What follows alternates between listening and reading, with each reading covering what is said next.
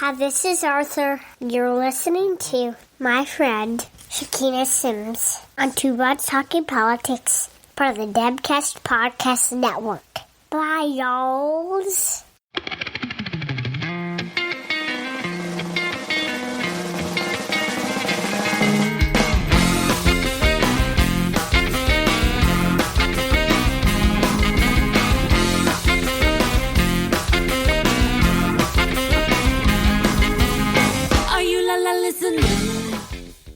Hi, everyone. This is Kelly with Two Broads Talking Politics, part of the Demcast family of podcasts, and I have the rare treat of doing a live interview today. I am with Chakena Sims, who is the president of the Cook County Young Democrats. Hi, Chakena. Hey there. How's it going? So I'm super excited that we get to actually talk in person.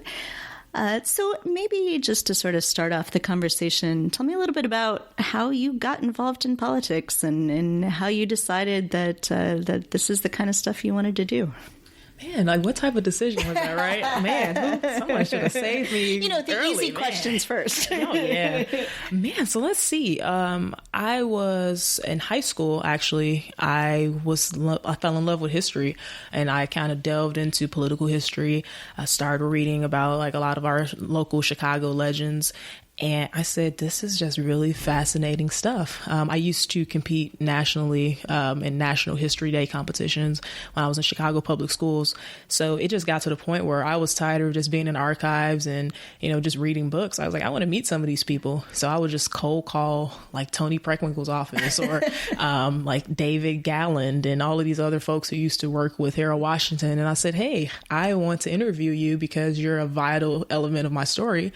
And from there, those things just kind of took off. So when I went to college, I majored in history, fell in love with like Chicago political history and just really got involved. So I think I jumped in it through the civics lens first, doing a lot of voter registration work. That's kind of how I got hands on, and then really started to put two and two together between community-based issues and how working with elected officials can help change those things. So. That's awesome. I mean, I was nearly 40 when I discovered I liked politics, so. Oh, get out. Yeah, I think you're doing a lot better. Man, I jumped into it a little early, so. That's helpful. I think it's more a young person's game. I hear you on that. So talk to me about the Cook County Young Democrats and what is it that a Young Democrats organization does and, who all gets involved in stuff like that. Absolutely. So Cook County Young Democrats has been around for a while. I know Harold Washington era, it was out. I don't know prior to then. As a historian, I should know these things, but I do know it served a different purpose back then. It was a lot around Harold Washington and trying to organize Black communities or political power because there was a lot of gridlock in city council. Also just a lot of talent and folks in the communities were very disheveled about how their communities looked, how elected officials were representing them. And it really gave an outlet for young people to get together and say, hey, we can change that. So over the years, different leadership, different times, different political issues going on. I think fast forward today, as new chairwoman, I have an 11-person board, which is awesome. We have folks, we've added different positions. So West Suburban Chair, South Suburban Chair, North Suburban. And it really just makes it so it's not just so Chicago-centric. We're actually expanding and making sure we're bringing more people involved. So I think as a entity, like technically, we're an extension of like Chairwoman Tony Preckwinkle's Democratic Party.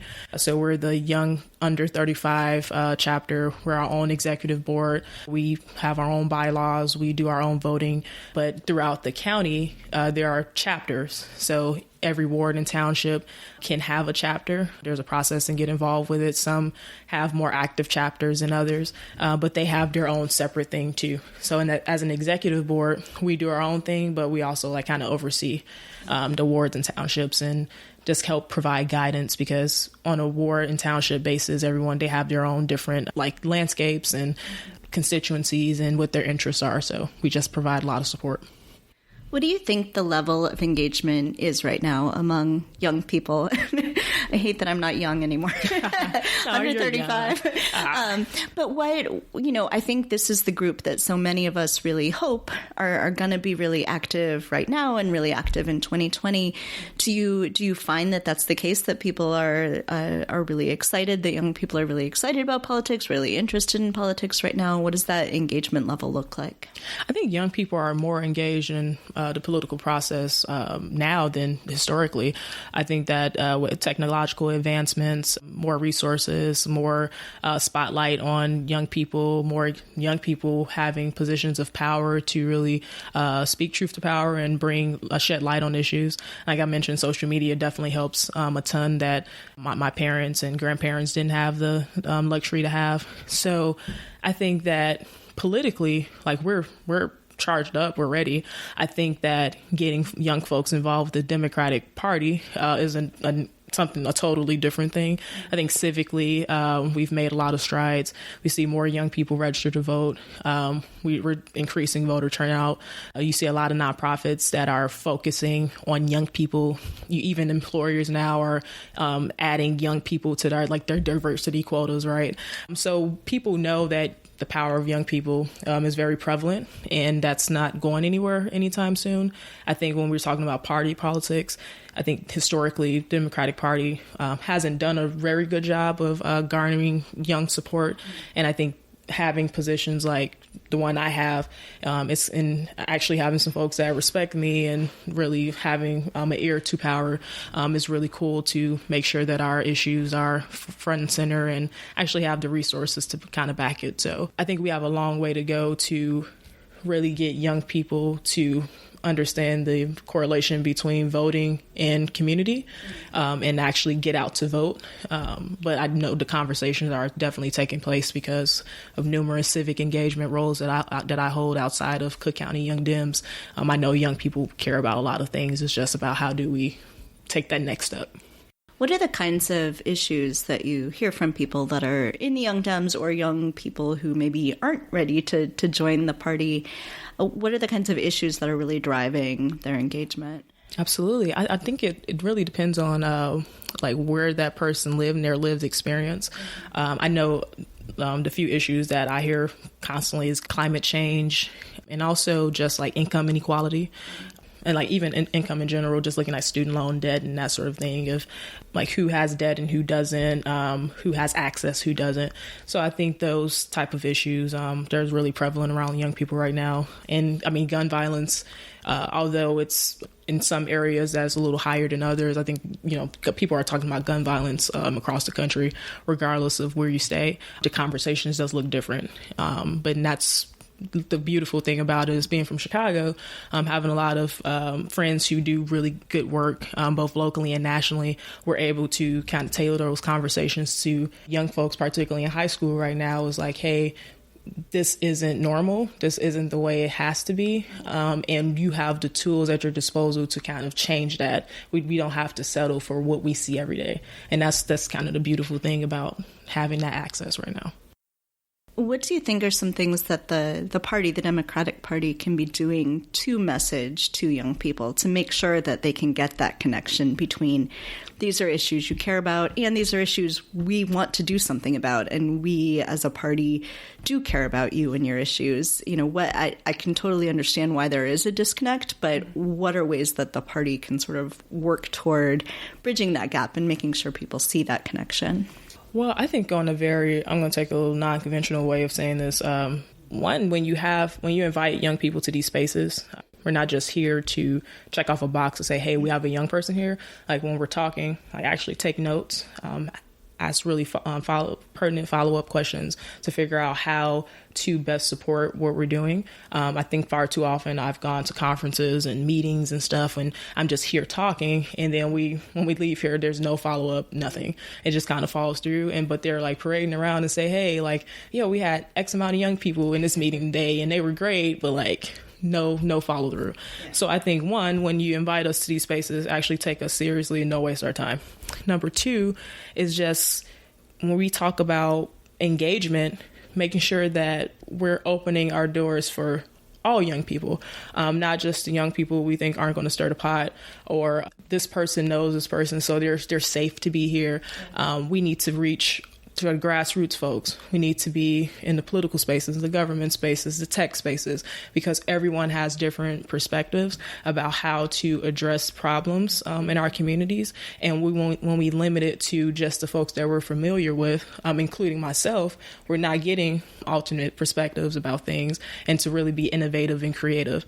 So when we talk about respectability politics, who we allow to take up space, we just need to kind of erase that completely and make sure we have as many diverse voices as possible in the room. Do you think that that's in some ways even harder in a place like Cook County, like Chicago, where there's been machine politics for so long, that sort of that the level of clout can be important? I think that's breaking down some. I hope that's breaking down some. But do you think that that creates sort of another barrier to making sure that young people get in and get involved? I'm not sure. I mean, I think that the machine looks different than it did, today than it did 10 years ago. There are several barriers in place that will stifle engagement.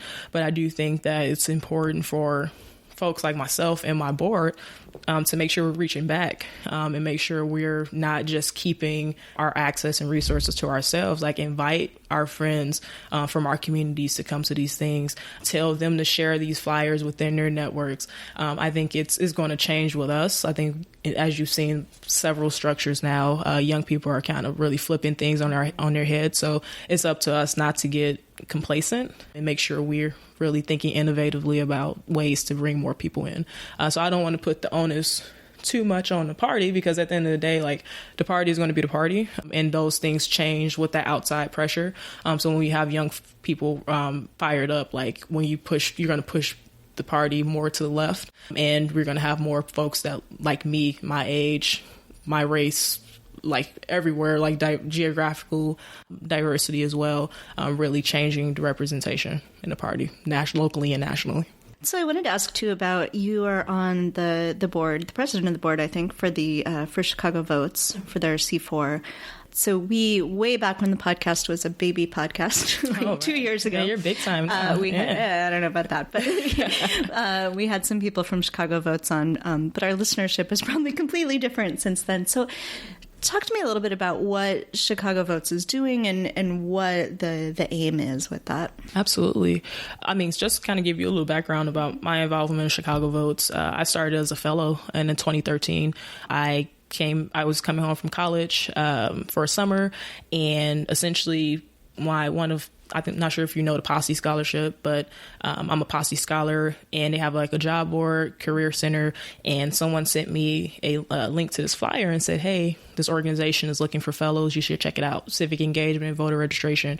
I had absolutely no idea about any of those things, but I said, hey, I need a job, and I want to get involved in the community. Sounds great. Let's do it.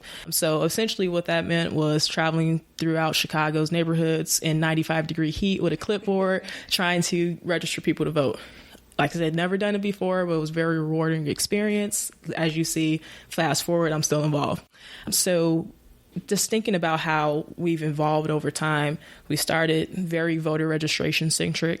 We had fellows in different communities doing this work. And now we're doing Give a Shit happy hours, where we're working with local artists in the Chicago art scene, rappers, DJs, painters and graffiti artists, all type of stuff. And we're kind of hosting concerts, mini concerts around the city to bring those folks together, because at the end of the day, their art form is political in nature. And we're a civic engagement organization trying to bring young people together. And we're thinking about creative ways to get young people involved. Why not go to them? We don't have to reinvent the wheel, right? And what people always say, what do young people like? We like a lot of things, right? And we have all of these different pockets. So that's one. So Give a Shit happy hours. We host those around the city, different bars and small concert venues. And we do voter registration work, talk about politics. You get to meet folks you probably wouldn't have met before. Your political strategist, you're probably talking to a DJ who does different sets 4 and 5 times a week. Probably would never cross paths or talk to that person, but that's the beauty of civic engagement. We also do the CCJ Votes Project, where we go into the Cook County jails. We do voter registration work there. We passed 2 pieces of legislation early this year with the administration that allows Cook County to be a voting location. So that's going to completely change the way we engage in 2020 because not only are we going to register to vote, now folks that are incarcerated get to vote, register and vote at the same time, which is awesome. And then our third program is Parade to the Polls, which we work with Chicago Public Schools across the city. And we do work with their civics or history teachers or whoever is doing their civic stuff. And we say, hey, we can get your kids registered to vote. Let's make it fun. It's not just like coming here with clipboards. Like, let's do a parade. Like, do you have a marching band? Do you have a gymnastic team? Let's just make it a whole thing. Be loud. Walk down the community with signs and stuff. People are honking their horns. Like, it makes like young people really excited about voting. So those are like our three projects that we're working on currently. There are a few others that are in the works that I'll let Stevie, talk about, who's our executive director, sell those when they're ready. But those are our three trademarks. And that's essentially what we're up to, like getting as many young people registered to vote and civically engaged as possible in the most creative way we can. I love that. So I love this idea that like people, they turn 18 and they're like, I get to vote now, like as excited as they are when they turn 16 and can drive, or 21 right. and can start drinking, like 18, yay. Right. I think that's pretty exciting. Do you hear from young people, whether it's in high school, whether it's, people in the organizations you're in, that are they worried about the Trump administration? Do they think much about presidential politics, about what sort of the legacy of this period of time is going to be like? I mean, they're all old enough that they remember the Obama presidency. My kids, sadly, are young enough that Trump's the only president they really remember, which is terrible.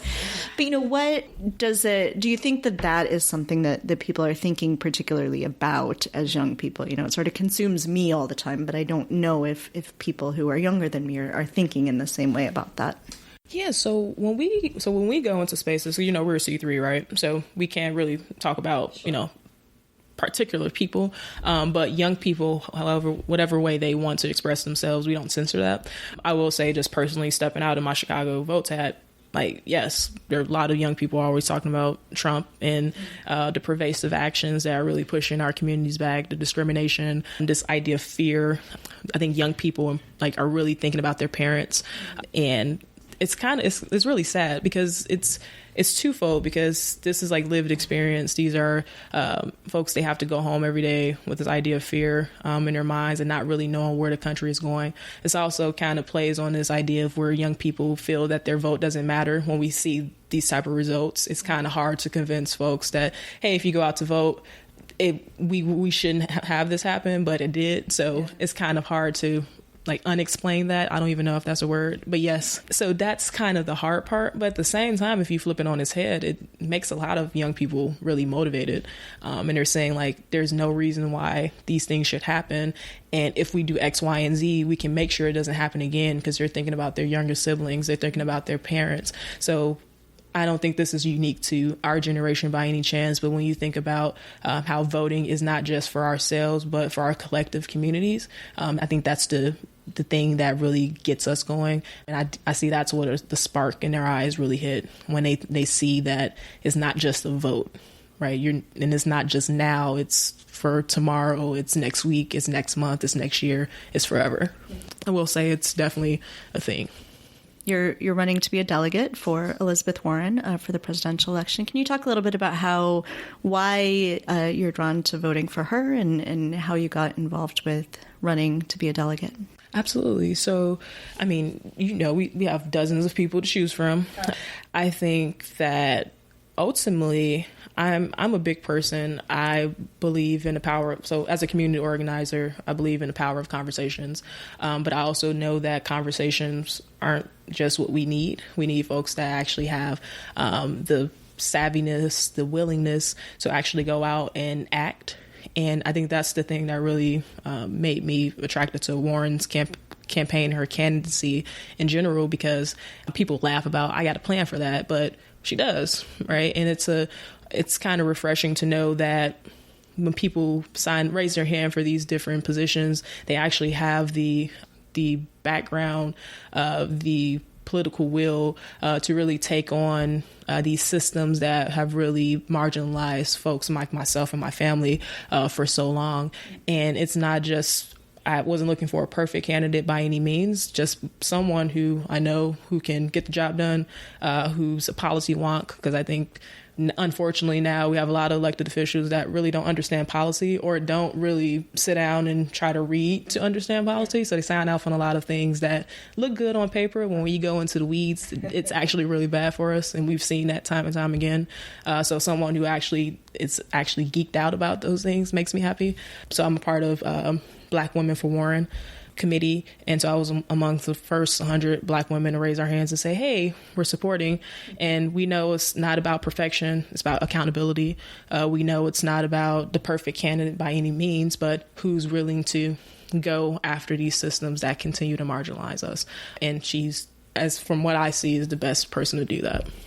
Yeah. And you've met her. I have. I know I have only met her briefly a couple times, but you know, what are the sorts of things that she's saying, sort of beyond the sort of having a plan and having the passion for that? But are there particular issues that have really resonated with you for the types of plans that she had? Like, what are there specific things that you're sort of like, yes, I understand, may not be perfect, but we'll be accountable, and this particular plan or these particular ideas are really compelling?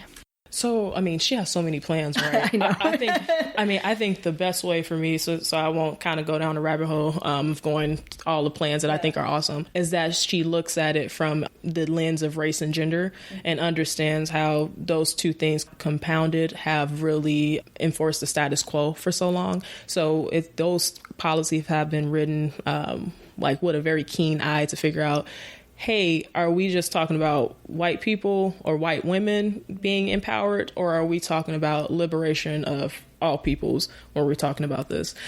So when I think that really caught my attention when she was talking about Black women mortality rates and just the healthcare system and how so many Black women go to the hospital and when they're pregnant and they're having children, and how many women die on the table or don't really have adequate care. And just really speaking, this is like Black women in particular. Yes, a lot of women go through this, but Black women are disproportionately affected by this. And why is that? And why aren't we talking about it? So that's like one of the issues that really had me like, oh, Elizabeth Warren, let me check her out. Because I felt at the time no other candidate was really speaking to Black women the way that Warren was, although we have a bunch of candidates. I mean, personally, I like Julian Castro a lot. And I think he's added so much comprehensive work and just importance to this race. But Warren, when you that coupled with the will and the understanding of policy, that took me to her end. But yeah, I got a chance to meet her. I'm actually super popular. My fiance and I are super popular on her Twitter and Instagram pages. Like, we're popping up everywhere and like videos and stuff, which is pretty cool. I have a bunch of Warren for Texas and Warren for Houston and blah, blah, blah. It's like all of these people are following me. It's pretty cool. So that's great. So as you've been going around and collecting signatures to be a delegate, what sort of response are you having sort of going around? You're in the first district of Illinois. What's your sense on the ground? Do they know a lot about Warren? Do they have questions? Like, what happens when you go up and ask people for signatures? Man, I think that, there's a combination of things. Folks are just really confused. There are a lot of people in the race, so they just really don't know what's going on. So that's like one response. Number two, I have a lot of folks that have heard about Warren, but just kind of want to sense they'll do a comparison analysis, but like why Warren and not X candidate, particularly Kamala Harris was one of those, particularly in the first. So there was a lot of conversation, like, so as being a Black woman, why aren't you supporting another Black woman? Or wouldn't you want to see history being made? It's like a lot of stuff like that. So those were really fruitful conversations to really talk through with people. And like I said, when you do this work, you're not really going to try to change anyone's mind, but offer an alternate perspective and hope that they take some nugget from that's useful. And so I've never took those to be like, I was never offended or anything like that. It's like, whatever. But now I think number 3, I think a lot of young people that I've met in the district are excited about Warren. They've heard about Warren more so than folks that are like my parents' age or my grandparents' age, which is something we need to really work on in the first congressional. And yeah, so I think we know that my parents vote consistently, my grandparents vote consistently, so we know that's a population that we shouldn't take advantage of and really should be intentional about engaging. And I think there are some movements to make that happen, but we have to kind of ramp it up a little bit more. So are we someday going to see a President Chakena Sims running for office in your future? Ooh, a President Chakena Sims, not president. I don't You're not old enough yet. Yeah, I don't. I mean, I think if I was, I don't think I'll have that. I mean, I have 2 gray strings in my head. I want to kind of keep it there for as long as I can. I mean, I am. I'm interested in running for office. I've talked about this. I've done a great deal of self-reflection over the last 2 years. If you would have asked me straight out of college when I was running for office, it probably would have been 2 years ago. I would have been elected by now and doing some things. But it takes a lot of growth and like selfless, egoless leadership to kind of say, this is not the time. And like, what skills do I need to acquire? What network do I need to acquire to make sure that I'm the best person to represent this district at this time? Because it's great to be like the youngest person to do this and blah, blah, blah. Like, that's cool. But if you're not really pushing the needle when you get in that office, I will be more disappointed than anything. So I think right now I'm in a situation where I'm having a lot of great experiences. I've always had a love for economic development and how can we revitalize low-income communities. Somehow, some way, I don't think it's coincidental that I've just kind of found my way to MWRD, so the Water Reclamation District. So never done anything environmental in my life, but understanding green infrastructure and how that can be a way to improve our communities, and also just looking at how when our communities are thriving economically, how can our civic engagement also increase as well? So kind of looking at those 3 different things and the intersection of it, that's kind of where I am now. And so what office will allow me to serve as many people in the most authentic way as possible.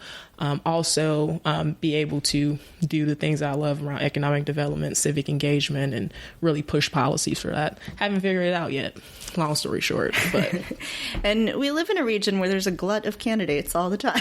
Yeah, but I'm like one of the few that's like, I don't want to add to that list right now, so I'm going to wait it out. I'm more about like, I'm in a position now, like, let me support really awesome candidates that I think reflect my values, and I see myself in, or they see themselves in, and like, let's go. Like, if you're ready to do it, let's do it. I'm not there yet. So yeah. All right. Is there anything else that you want to make sure we talk about? Yeah, I just want people to get involved with Cook County Young Dems. Yeah. If you have young people, like, it'll make our lives so much easier. If, like, it's great. Like, we can go out and like meet young people and do all of that, and I have a network, and I'm really exhausting them like, to get involved. But I think that we're the greatest when we can just continue to share. Like, we have social media, like, share our flyers. If you know a young person under the age of 35, ask them to get involved. Follow us on Facebook, shoot us a message, Cook County Young Dems on Facebook, by the way. And yeah, like, we just want to get you involved. I think 2020 is going to be an awesome year politically to get a lot of young people out on the doors, in the community, doing trainings, different programming that isn't just like door knocking, but actually engagement and discussion based stuff. So definitely get involved. I mean, I do plan to do this to the best of my abilities for the first term. I definitely would love to do a second term because we're in a rebranding stage right now, and also just trying to build our list. So as many people as we can get involved in 2020 as possible, that will make our lives so much easier, and it will be great for our democracy.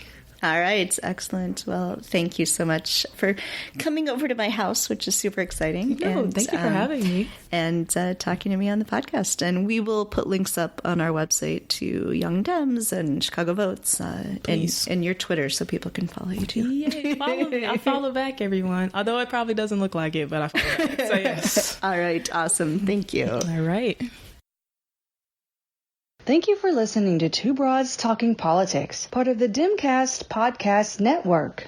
Our theme song is called Are You Listening off of the album Elephant Shaped Trees by the band Immunuri, and we're using it with permission of the band. Our logo and other original artwork is by Matthew Weflin and was created for use by this podcast. You can contact us at twobroadstalkingpolitics@gmail.com or on Twitter or Facebook at twobroadstalk. You can find all of our episodes at twobroadstalkingpolitics.com or anywhere podcasts are found.